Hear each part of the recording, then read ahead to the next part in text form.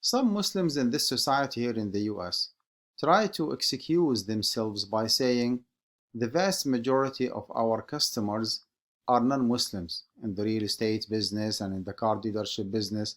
Vast majority of customers are non-Muslims and they do not view interest as prohibited. So we are not dealing with Muslims, we are dealing with non-Muslims.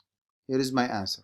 Number one, we do believe, Muslims, that riba is prohibited in the main Semitic or divine religions.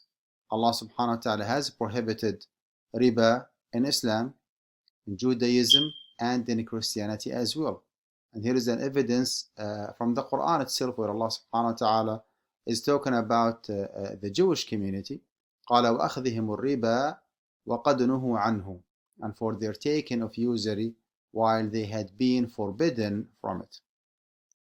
Number two, just for argument, for discussion purposes, let's assume that riba is permissible in Christianity.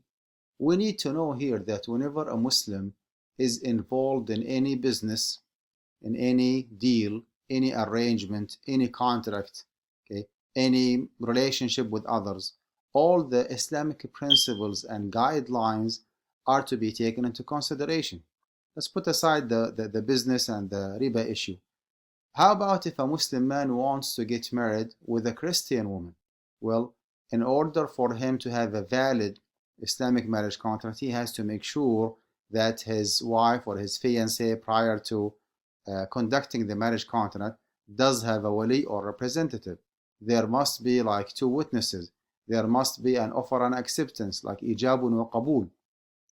Even if she does not believe that those principles or those requirements are necessary for the validity of the marriage contract from a Christian perspective, but because of a very simple fact that the husband is a Muslim one, that's why all the principles actually are to be applied.